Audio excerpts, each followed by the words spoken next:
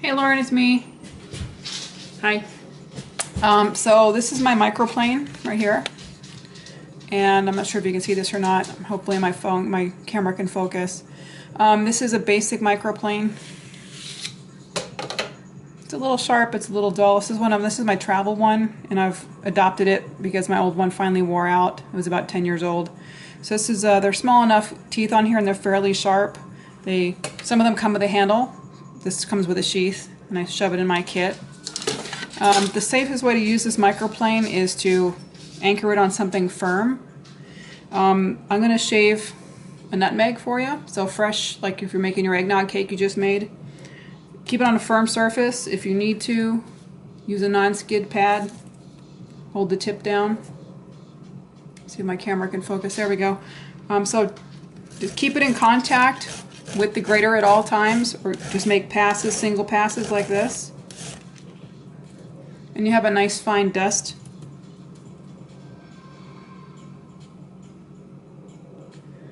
That's a nutmeg. You can also use it for chocolate, for doing garnishes, or for grating it into ganache. It melts a lot quicker this way, or putting hot chocolate together.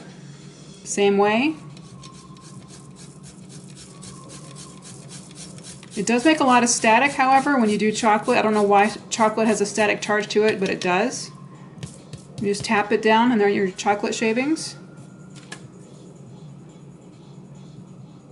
Come on, camera, catch up. There you go. It can actually, it's starting to melt. It's kind of warm in here because of the fireplace. Then there's also orange zest and lemon and lime zest and grapefruit zest. You were asking if I didn't cut myself. There's two ways to do a zest on a round object that's large. The safest way, I think, is to put it on the edge of a pot or across your pot or a bowl and just grate right into it. But you can't really see where you're going. You have to turn it just enough to make sure you're not getting any of the white pith in your food.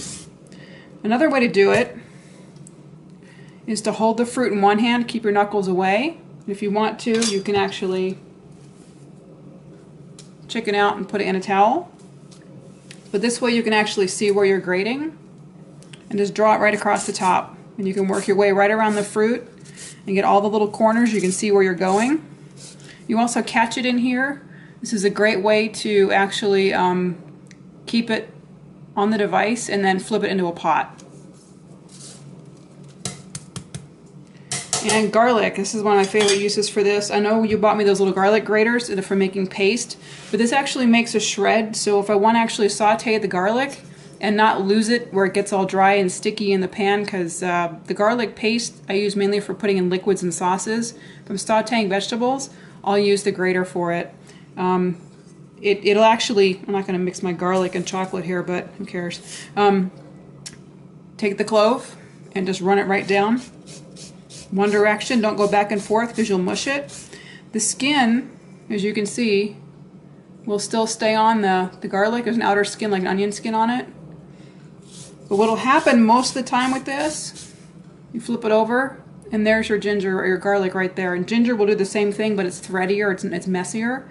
But this, you take and you just pop right onto your pot or wipe it off. But this should actually drop. So I do it over my pot. I just rest it across the top like this on a bigger pot and just grate right into the pot. So there you have it, how to use a microplane. If you're really afraid of burning or busting your knuckles, they do have ones with handles on them, but these are the cheaper model and they seem to work really, really well.